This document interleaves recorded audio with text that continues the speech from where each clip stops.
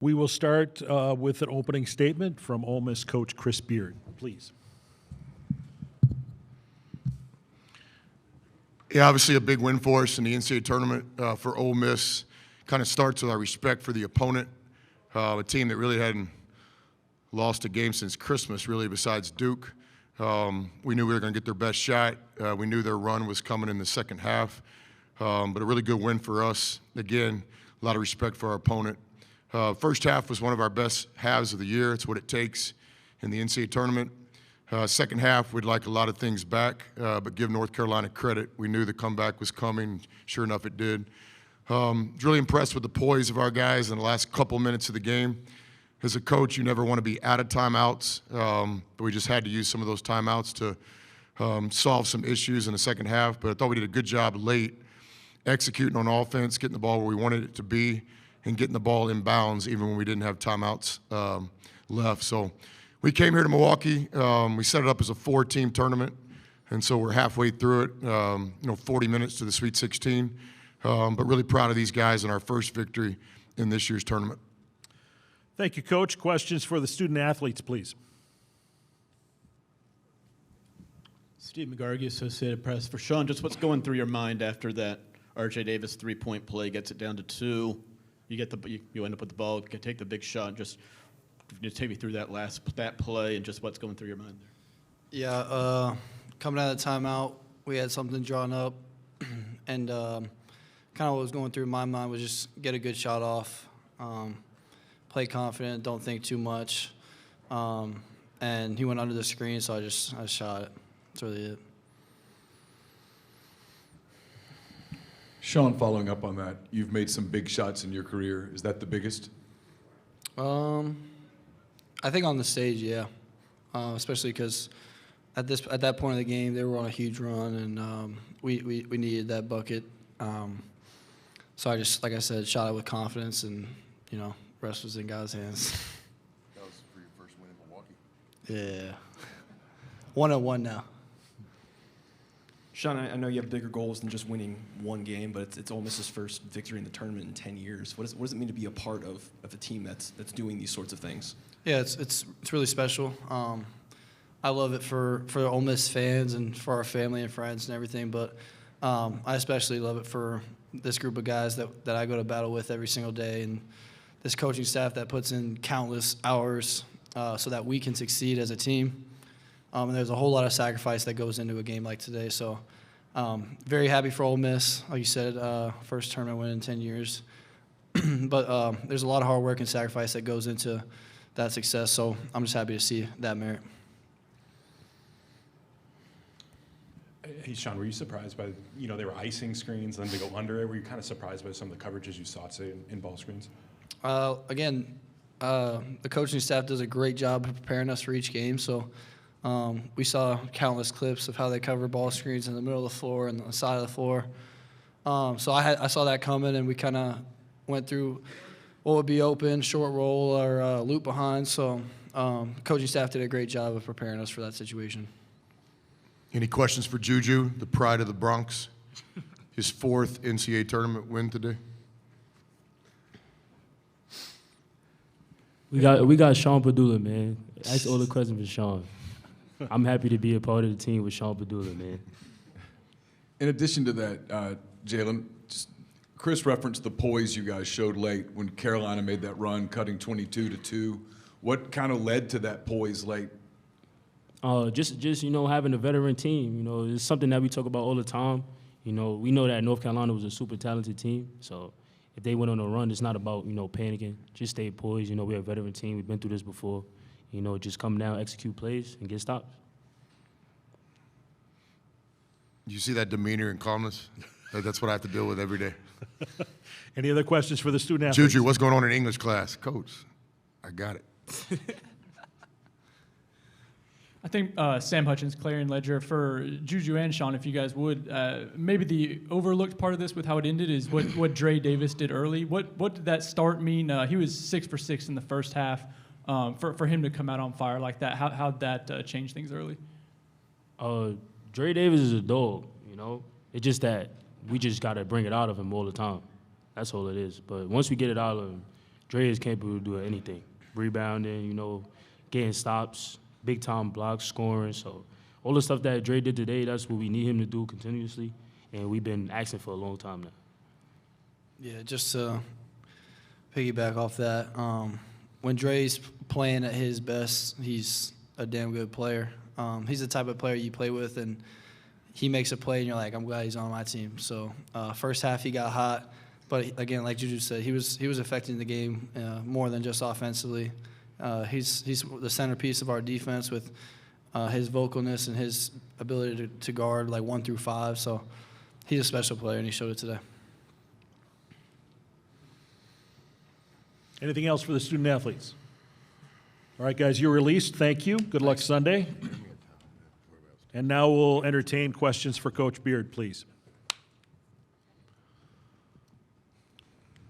Jake Thompson, Ole Miss Spirit on 3. Chris, I know rebounding's been up and down, a search for consistency, but a lot of key defensive rebounds in that last 2 minutes. Just what did that mean to kind of see those guys get that in those moments? Yeah, interesting thing. I don't know if we've been beat this year when we out-rebound the opponent. Seems like we could figure out a way to always out-rebound our opponent, but it's been a challenge this year. But I thought we were very competitive on the glass.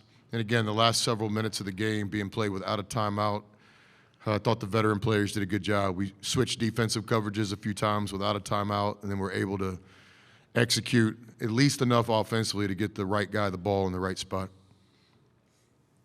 Coach Jack Sturdivant, Short Trojan Vision News. Oxford's a long way from Milwaukee, but you had a lot of Ole Miss people show up, especially behind your bench. Talk about the loyalty of this fan base. Yeah, it's a special place. Anybody that hasn't been to Oxford, everything you've heard in a positive light is true. It's a college town. We've also got a great state in Mississippi that kind of a state divided, but we've got our share of Ole Miss fans. Our fans travel, not only for basketball, but for other sports as well. So wasn't surprising, but definitely appreciated. Our players were even talking about it before the game when they went out for their first warm-ups. So thank you for everybody that came and supported us today. I know it's not easy. It's real time, real expense, real money to get here, so we never take that for granted. But no, we're in our second year here at Ole Miss. We're building something special sooner than most people thought. But a big part of it's our fan base, period. Yeah, Adam Rittenberg with ESPN. Chris, you mentioned that you knew the run was going to come. Why were your guys able to avoid panicking, especially when you guys weren't scoring for such a long period? Yeah, that's a good question. I think, if I'm not mistaken, the last game Carolina played before the play-in game was another comeback type thing against Duke maybe. So we had mentioned that several times in preparation, that it's going to be a long game. It's a game of runs. And so in those moments, we were just reminding everybody of the preparation we had. I did think in some of those runs, we got some good shots around the basket and didn't make them. They hit a couple. I think both teams benefited from fortune. R.J. Davis doesn't miss that many good looks, so we were fortunate there, but I think the same thing could be said for us. We felt like we got a lot of good shots, especially in the second half, that just didn't go in. But our guys had a lot of poise down the stretch, no doubt about it. And again, give Carolina credit for a courageous comeback. Michael Katz, Daily Journal. You mentioned it a little bit right there, but and you mentioned Juju being a cool customer. It seems like Sean is that way as well. Just how important is it this time of year to have guys who can keep calm and stay cool in those late decisive moments? Yeah, our word is poise, stone-faced. Don't get too high or too low. We have a veteran team. You know, Sean and Ju have both played in the NCAA tournament before. I think that showed early. They did a great job getting some of their teammates that haven't played in this tournament before prepared. But yeah, I think a lot of things about our team. You know, I do think we looked poised at times.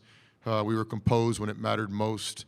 I didn't see anything about our team today that looked like there was any fraud in our program. I didn't see that. I saw a team that had a good season in the SEC, just beat North Carolina in the first round of the NCAA tournament. Hi, Coach. Cole Amundsen here, Tribune Enterprise and Busting Brackets. Obviously, it's a 6-game fight. You guys are here to compete on Monday night, but can you kind of explain or kind of speak on what it's like for your seniors here to get a win here tonight?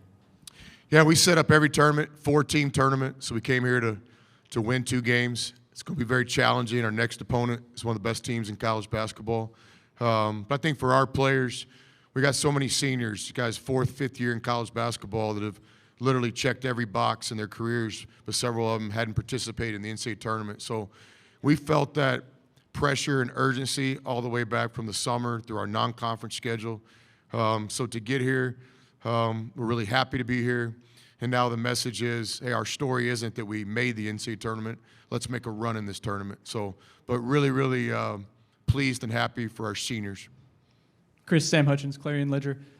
On that, so much has been made of the roster being so senior heavy, but I don't know if this is a dumb question or not, but are seniors automatically kind of more composed in those moments, or is there something about this group of seniors that has that maybe not all, even senior teams do?